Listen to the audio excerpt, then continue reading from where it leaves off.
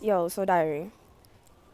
Today just happens to be the day where I decided I should finally start posting. What the fuck? Like, what are you doing? So I'm a little nervous because I already know people are going. That's my kitty, by the way, my outside kitty. This is him. I feel like people will make fun of me and make memes, whatever, da da da. But at the same time, I'm past that point. I've slept outside. There's so many things that I've done. I've slept in my car when I had a fishbowl. So yeah, not only that, but fuck it. Like, why am I gonna sit here and be afraid of people making memes of me?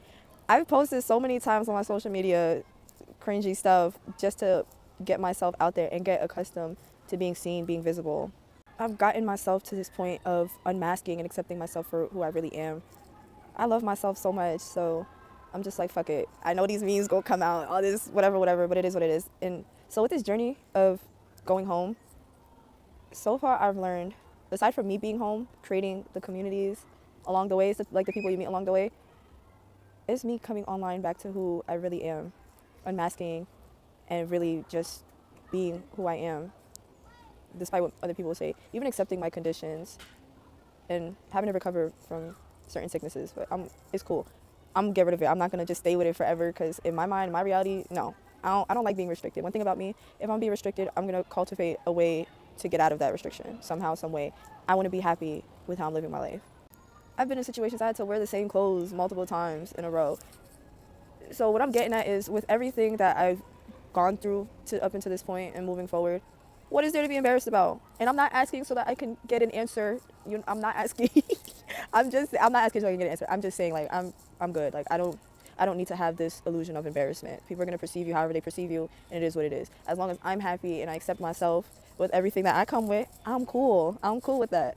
I just realized also with having to sleep outside or sleep in my car and dealing with instability, like all that stuff, I've gotten myself so accustomed to being perceived. I seriously just realized that.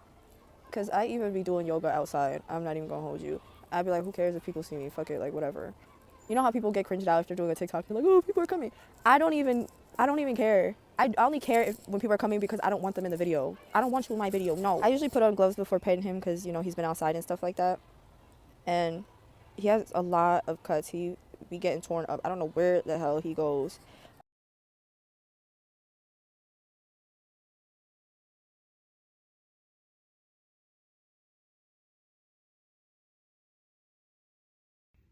Alright, so I fed him a little bit of fish. Man, I walked all the way around looking for that cat, and I had to cry a little bit because I got really upset I couldn't find him.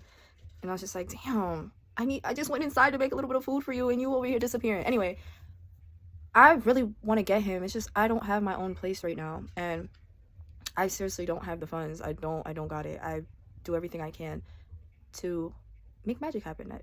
I do more than just pull strings and make things work. It's just what makes me nervous about getting another animal aside from not having the funds is just I don't want to be alone in the process trying to nurture him because I went through that when I had my baby girl Bella. She's my dog. When I had to live out of my car and I was couch surfing hotel to hotel, eventually we had to go our own separate ways, and a part of me felt like such a shitty person because I couldn't care for her the way I really wanted to, and I was going through a lot of major depressive episodes. So, there were times she was neglected. We had a lot of really, really, really good times, and I'm happy to have had those moments. I cherish them a lot. I loved watching her eat fruit. I loved being able to cook food for her here and there with the funds I did have at that time. But at some point, I was just like, you deserve to be a dog. You shouldn't be going through this with me as I figure out my life because this big wave of instability just came crashing in, and again, I'm in and out of my car. I'm on the streets because my car was impounded. I get my car back. Just all this stuff. It was just a hot mess. In and out of shelters, warming centers. I snuck her into a warming center. The fact that she was a small dog and I had a big coat, I was able to put her inside my coat, and she was just really quiet. I was like, girl, don't say nothing. When there was a time she barked though, and I was like, hey, don't blow our cover. Anyway, so there's that. I eventually met someone that was working at the warming. I met somebody at the warming center, and I told her something that sounded really crazy to her because I felt really depressed and sad that I had my dog, and she was struggling with me, and she's like, the woman I was talking to, she's like, I don't want to hear you talk like that, da da da, and she's like, you feel like the dog is slowing you down and stuff, and then she was talking about taking her in, and I was like, yeah, I want somebody that can take care of her, to take her. Initially, it was, oh, just take her for now till I get on my feet, but I couldn't do it. I didn't get on my feet in time, and look what I'm going through right now. So she ended up taking her and placing her in a home with someone, and someone that really loves dogs. So I was happy with that. I was sad, but also I felt indifferent, and there was that. I don't want to go too deep into it because I'm still very sensitive to my baby girl. I still think of her. But not having her anymore and seeing other dogs or other small dogs that stare at me in my eyes, I'm like, oh, you remind me of my baby. Oh my gosh, my baby. Like, just, yeah. Anyway, all of that with animals and all the times I've ever been separated from cats that I used to have as a child and teenager, whatever. It just hurts. It hurts when you can't care for them anymore. You got to separate from them, or they leave because they know that they're gonna die or transition on. I'm very sensitive and I care about these things. The other part of me is like, don't let the fear of them transitioning on stop you from receiving the love that they do have for you. Enjoy the time that you have now on earth with all these lovers and stuff, you know? So it's like here and there. That's how I was like, I don't want no more pets. I don't think I'll do dogs anymore though. But I don't know. And again, it's the responsibility of caring for them. So I'm just real iffy about it. So with this cat, seeing this cat, meeting him and everything, he's so loving. I love that he's talkative. He's so loving, but he's getting tore up outside. And I feel for him, and it's just like, hey, we're kind of in the same boat. I don't have my own place, and I'm not really stable, so it's like I can't take you, but I really want to care for you because you're out here, and just all this stuff. My head is just all over the place. I love him. I do whatever I can to feed him. I don't really have cat food. Sometimes I'll take in some of my sister's dog food to give to him, but he don't like that. He don't fuck with that. He'll eat some, but he'll be like, what the fuck is this? And he won't even eat it. And he's an outside cat. He's not eating so it's like, all right, I can't give it to him, and he hasn't eaten, so it's like he's starving, but the fact that he's not eating it is like, all right, that is not for him. So there's that. It's wild because at some point this started out as me thinking, how will I manifest my way home? How will I manifest my new home? And then it just became more into this journey of tapping into myself, unmasking, accepting myself to my full capacity, loving myself unconditionally. There are things about me that I had to accept even when other people perceive it, because I once used to feel embarrassed, or not ashamed, but just like oh my gosh, like, girl, you gotta keep that under wraps. Oh my god, we cannot expose ourselves. But it's like, I'm not about to micromanage myself my entire life. I'm not doing that. Fuck it. It is what it is. I've been through so much. I'm not going to add on top of stress because I'm worried about how other people will view me or see me. People will think things of you that's not even true, or just based off of their own perception and how they think and how far they've met themselves. So if you're constantly concerned about how other people think of you, and you over here scaring yourself, psyching yourself out, like, when are you gonna live? When are you gonna live? You get what I'm saying? Or you'll live, but it's like, it's always gonna be under a microscope and you being scared and all that. Like, I just can't do it. I keep remembering the stuff I've already gone through with being homeless, sleeping in my car, having to ask people for bread. I'm just like, I'm over it. And those times when I first had to do it, my social anxiety was woo. So it's to the point where I don't even have social anxiety as bad as I used to. It's not even like that anymore. So to sit here and like still be afraid, it's like, damn, you didn't get your butt whooped hard enough. I'm just kidding. I don't like violence. I'm just saying, like, damn, I guess this stuff didn't affect you enough. It didn't significantly impact you, but it did. So yeah, it's funny to me because I remember when I was saying how I didn't want to go to school while still living in my car, and eventually I had to just do it. I was like, fuck it, I'm gonna just go. When are you gonna start going? Because I was so focused on the restrictions and stuff, but it did bother me because I'm like, I don't want to be wearing the same stuff going to school. I'm like, what about showering, brushing my teeth? Then the school turned out to be another home to me. I brush my teeth at school. It's like they got a kitchen, they got a microwave. Like, stuff just started coming together. So I'm really glad I made the choice to end up going. And there was someone I spoke to when I went to this stretching. It's not a wellness center. I'm gonna just call it a wellness center. Some type of wellness center where they help you stretch. They assist you with stretching. It was a stretch lab.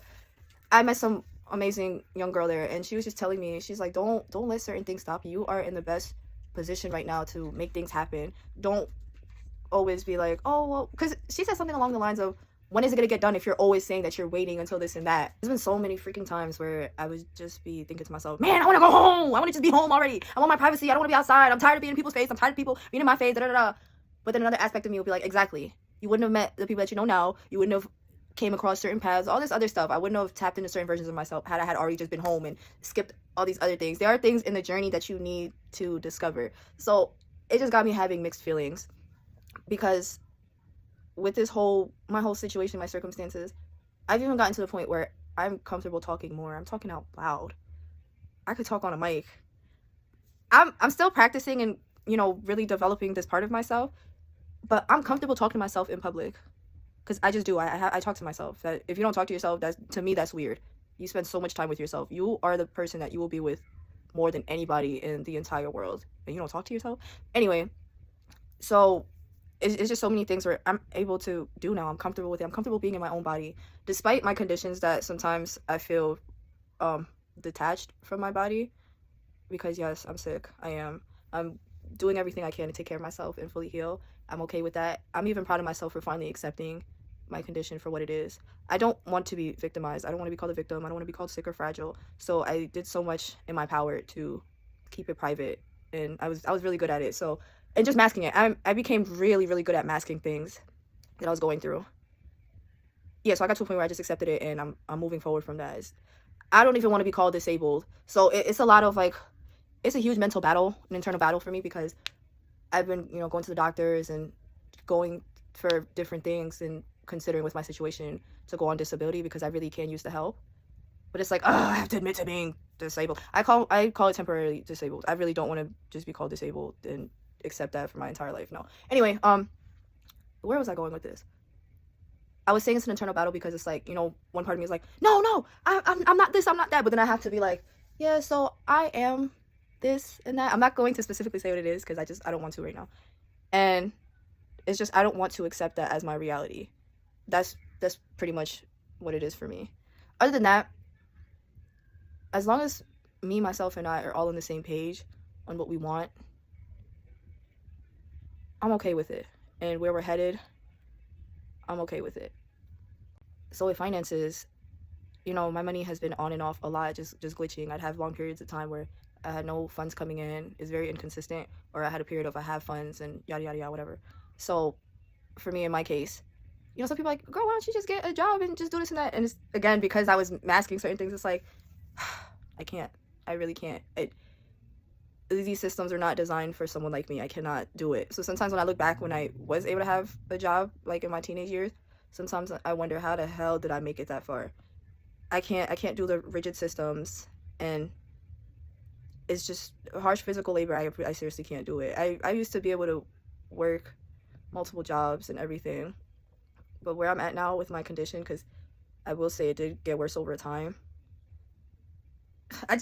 my point is, I started realizing that I'm in a position in my life where it's time for me to create what works for me. Stop trying to force yourself in a system that isn't even designed for you.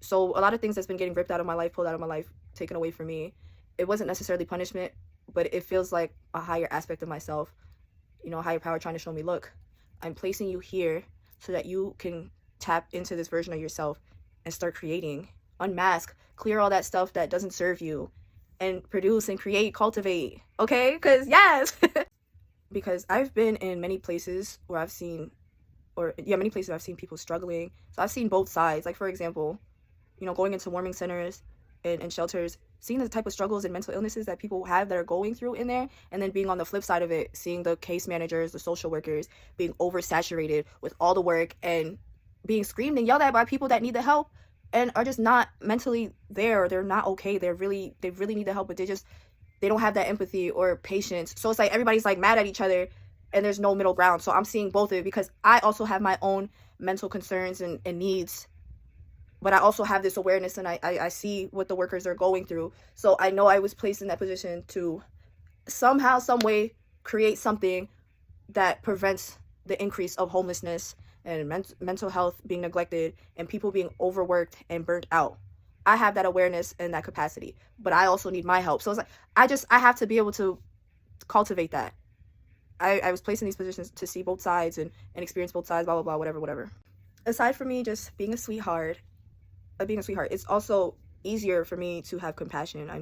I've experienced both sides. For example, I used to work in the restaurant industry, so I know what's going on in the kitchen. I know what's happening behind the scenes, how the food is prepared, what happens with the dishes, blah, blah, blah.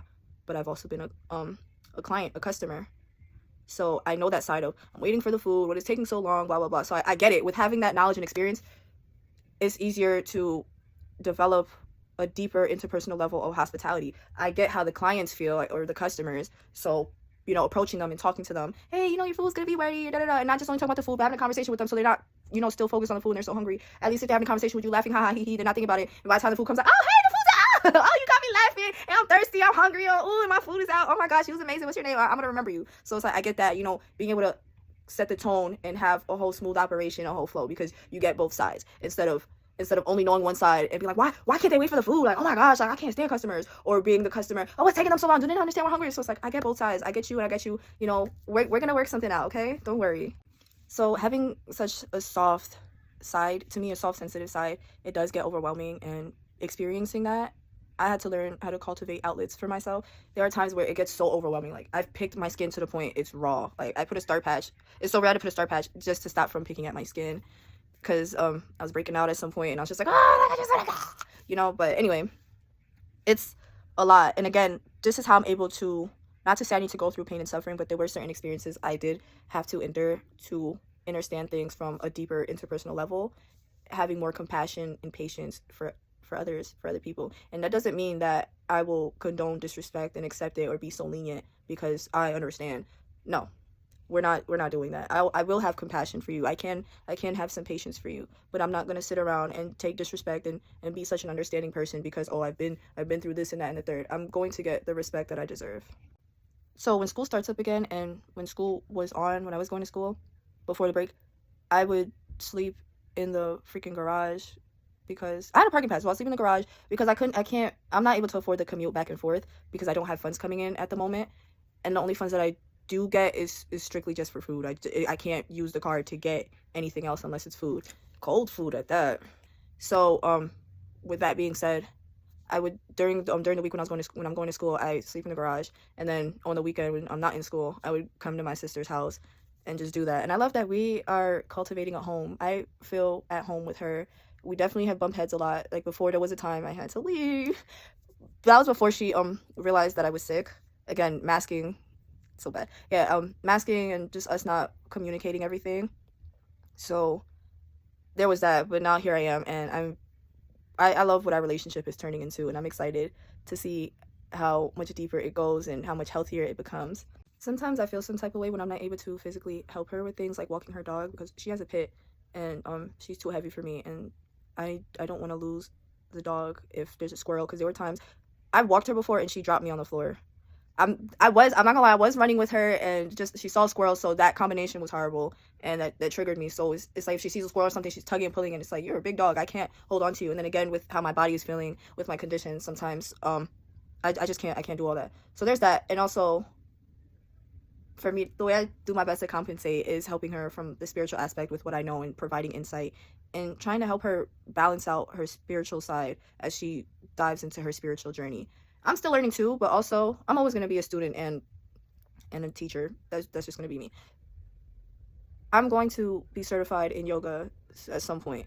So I'm also using this as an opportunity to practice teaching others, because I do get insight from her.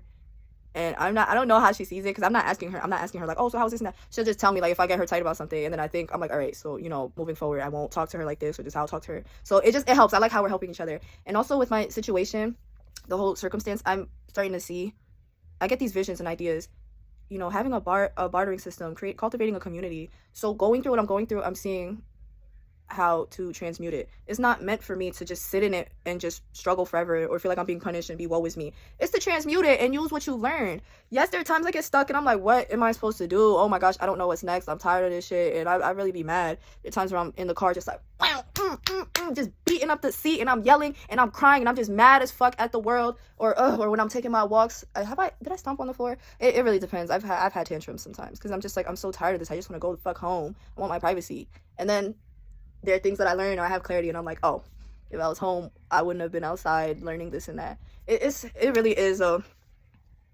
don't want to say gray area, but I just have huge mixed feelings about all of this. Another thing with this journey is, because I'm the blueprint and there hasn't been anyone that has lived my specific life before, there is no path to follow. I have to trust my inner compass. So throughout the period of isolation, living out of my car, couch surfing, blah, blah, blah, yada, yada, I've learned to establish a relationship with my body and understanding discernment exists, and being able to know when something is my intuition and when something is not, and it's my mind running rampant, or The time it's taking me to create or cultivate certain things, it's based off of me from unlearning and having to learn new things and developing. I don't have some elder to consult with. I do have spirits and stuff to consult with, but I just meant I don't have a physical person aside from when I talk to my sister, because she's more on the side of helping me understand with social cues. Because at some point I was very terrible with my social cues was terrible, and just certain social interactions I didn't understand. So sometimes I would tell her things, and then she would have to explain to me, hey, when someone says this, they don't actually mean that. Or based on what she's learned, what she knows so far, not to say she knew everything, but she'd be like, they don't want to be your friend. They're not trying to be your friend. This is what they want from you. I had to learn from experience as well, not just from what other people have told me, because I've had friends and associates tell me, hey, this means that or whatever. I had to learn people lie. People say things that aren't true. Sometimes people say things that they don't mean. They don't mean what they say. So there's that. I only brought that up to say I'm not completely alone. It's just in certain cases, or to provide context, a lot of this I have been doing on my own and having to learn or develop and just learn through experience. So I had met this dude out in this area. He told me he's been seeing me a lot and he felt like he should introduce himself to me. He had just came out of doing, I don't know, a 10-15 year bid. I really don't judge people. You know, I hear people out sometimes, depending how I'm feeling. So anyway, I was listening to him, we're talking, whatever, as in just having a conversation. And I considered, you know, giving him a ride somewhere, because he said he would put gas in my car. Because when he saw me, I had just parked up and I was just laying in the car. You know, my body was shaking and I didn't feel 100% good. And then, because I was having one of my episodes. And then I had told him, I was just like, ugh, I just drove here on E. I really need some help. Like, I need someone to take care of me. And, you know, he's like, oh, you know, he's like, well, I've been needing a ride and stuff. You know, we would come up with something. So I'm looking at it from a perspective of like, you know, maybe I could work with this guy. Like, oh, this is how community starts. You know, I'm getting excited and I'm just loving. I feel so loving, and I get excited sometimes to be able to help people, and I get help. It's just like, you know, so at some point, it just got to a point where I didn't feel safe, but I didn't feel like I was in danger. And fast forward, I never went anywhere with him. Things just kept happening where it felt like an interference. And then I ended up getting in one of my moods that I don't like. The type of mood I don't like that I get into sometimes is when I don't care about nothing. Like, I really, really, really don't care about anything. And it's just like, ugh. So to keep a long story short, I told my sister about it. Mind you, I wasn't even going to tell her about him. I kind of was just going to leave it alone, but whatever. I tell my sister a lot of things. So I ended up telling her about him. And I just told her that there was a date we were supposed to go hang out. I was supposed to take him to the barbershop or whatever. And he was talking about giving me like 50 so I can get some gas, and we was going to go to the hood, whatever. He did some weird thing, and he disappeared. Mind you, I came outside. I actually came outside. I had my stuff in the car. I brought my bag and everything. I was ready to go. He went back inside, and I'm sitting here waiting. I waited for a minute. I ended up counting to 30, and I was like, yo, if he's not out after 30 seconds, like, I'm just going inside. Like, I don't even care anymore. Mind you, I could use the bread because my phone about to cut off and all this stuff. And there was somewhere I wanted to go. I wanted to go to a party the upcoming weekend. So whatever. But I didn't feel like real thirsty for the money. So it's just like, whatever. I ended up going inside. Didn't say anything. The dude didn't say anything. He hits me up probably like 45 minutes later talking about, oh, I'm about to come back outside if you still want to kick it. And I'm sitting here like, wow. So the whole thing was just a dub. We didn't go. And mainly because I was just in that I don't care mood. My sister's like, I think that saved you. And a part of me agreed with her because I did hear in the back of my head, like, hey, this might be protection. I don't know. I'm not even sure why I brought this story up. Why I brought this part up. But I was just like, whatever. I don't even care anymore at this point. When he skirted off and went back inside, I texted him, what are you doing? And he's like, here I come. And he didn't come from, like, he just didn't come back outside. And I'm just sitting here like, what? Like, you're playing with my time. And then I was just thinking, like, is it because you see me out here and I told you I wrote on E before and, like, I need help that you think you can just play with me and I'm just going to be on call? Because, no, I'm really not. I'm not doing all that. Like, yes, I could use the money, but you're not going to deal with me like this. Helpful. And then you didn't even bring me my chips. When you told me you was going to the store the first, like, because earlier he had texted me. I didn't see it probably like 20-30 minutes later. And I'm like, hey, like, I'm about to come outside. Hold up. You know, where you got da-da-da. But he's like, oh. He's like, I'm going to the store real quick. So I said, oh, hey, bring me some honey Fritos. I call them, they're Twistables. I usually call them Twistables. But when I'm telling someone, because I don't think they know what Twistables are, I just say honey Fritos because I think that's what I saw it say on the back. Anyway, I told him to get me those chips. He didn't get them. So it's just like, no, I'm also irritated with you. Like, you came back empty-handed and then you're playing with my time. What is this? I'm not your secretary. And not to say you should disrespect your secretaries, but it's like, no. At this point, this is a Friday, and I also wanted to do my mirror work. So I got I got into the zone. I'm doing my own thing. I was over it. I was like, I'm not going out with him, whatever. Like, I'm over it. He's blowing up my phone, calling me. Then he's like, oh, we'll go get the chips. You know, we'll hit up the store. I'm like, oh, now you remember about my chips. And not only that, but I felt kind of disrespected. Like, whatever. I ended up doing my own thing. And I told him that my brother was coming to get me. I already made plans. Like, whatever. Just leave me alone. I didn't say leave me alone, but it was just like, leave me alone. You've been playtiming.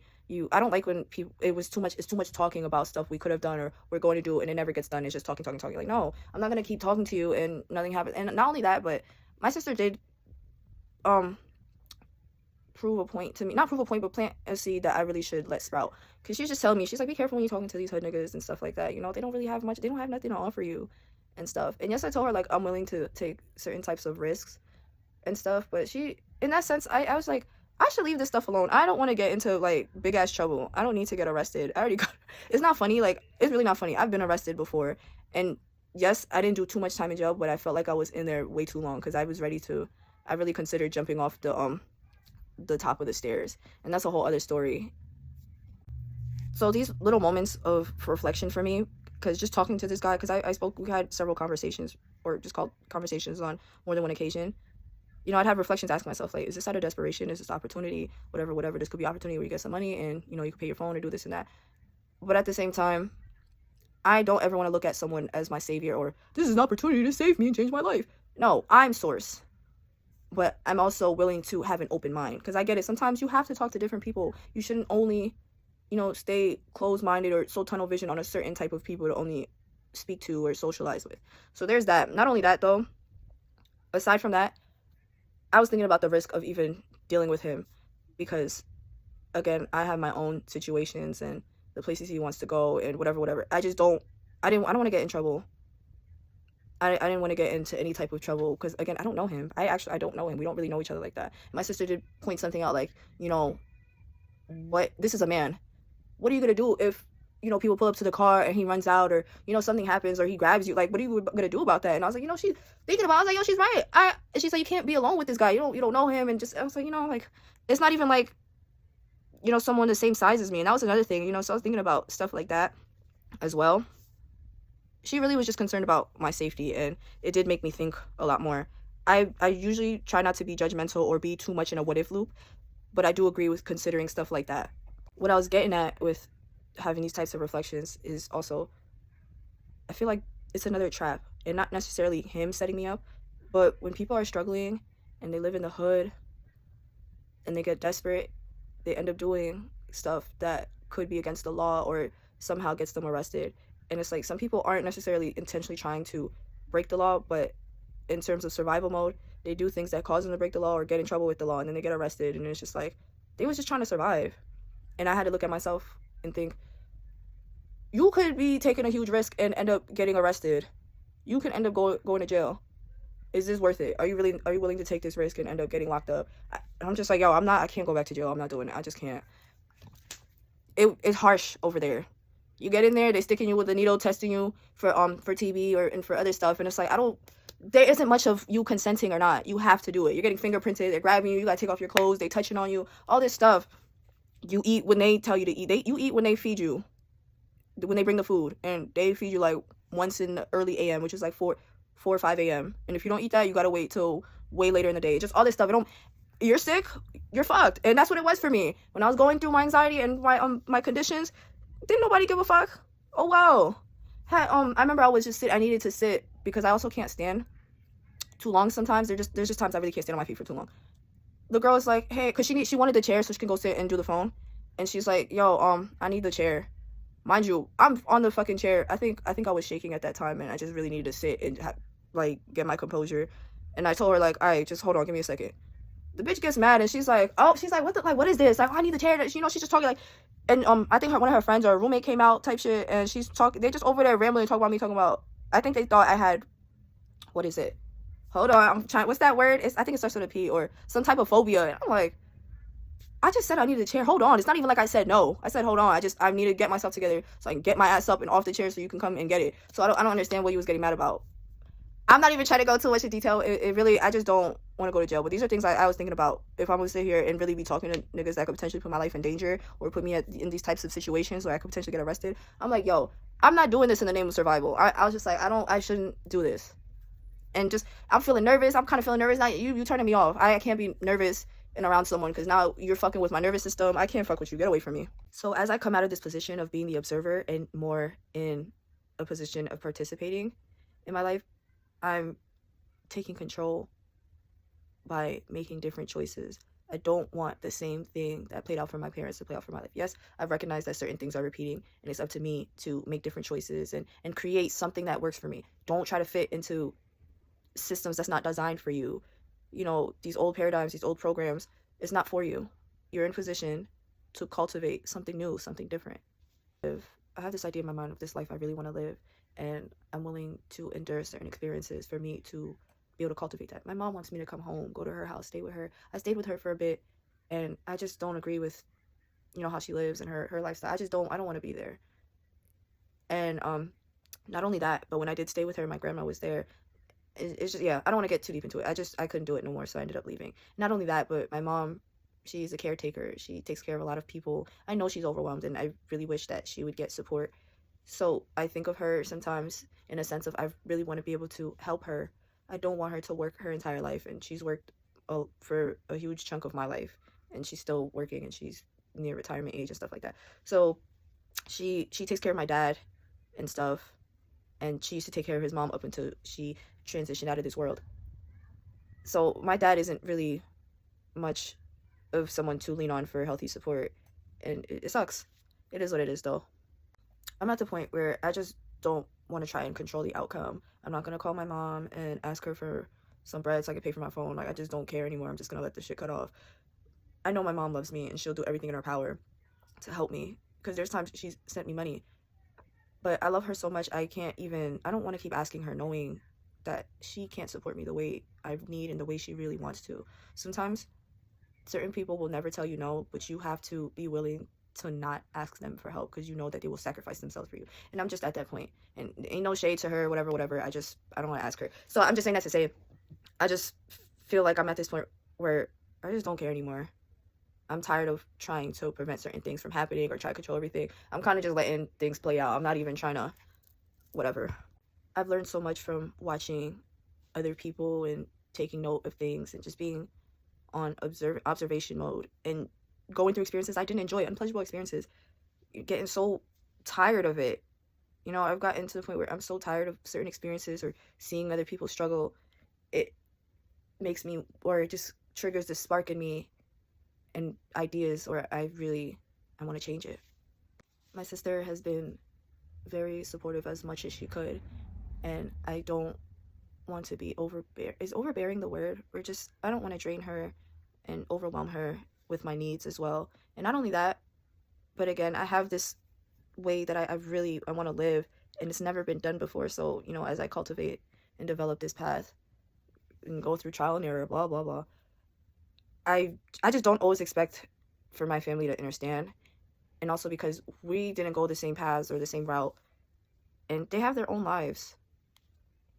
So some of my family members don't really know what's going on with me, and I'm cool with that. And also because I chose this path by just following my inner compass and trying to understand what my life is going to be. As I've been going through this journey, I've been learning and realizing that I am part of the reason that will help change the dynamic of the family dynamics, or the dynamic of my family, because growing up, we started out dysfunctional, and I don't want to continue that story. And not only that, but I think I'm the most sensitive out of everyone. I'm very affectionate, and they like, yeah, like, girl, back up. But I would be like, I love you, and all this like extra stuff. On a subconscious level, I'm able to recognize and remember that I am part of the change. Everyone basically kept going this way. I came out of the womb, came through the portal, and I said, y'all going that way? I'm going this way, because what's over there? I want to see. And then I went through cycles of being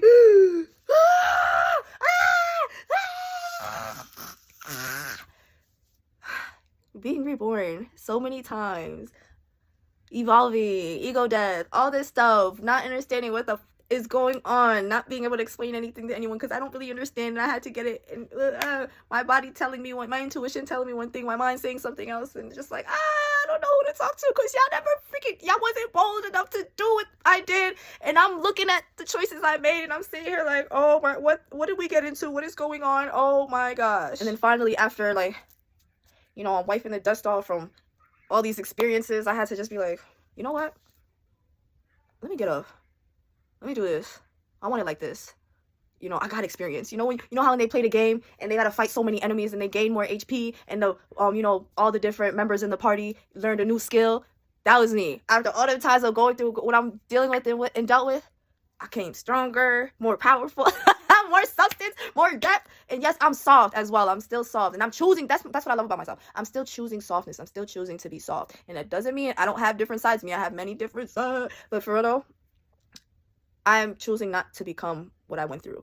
I'm not gonna go through stuff and look like what I went through. So it's time for me to recharge. That wasn't a fart. The dog was. It's time for me to recharge. She's coming, and you know I love what we have. I love that I can always come and talk to you. I love you.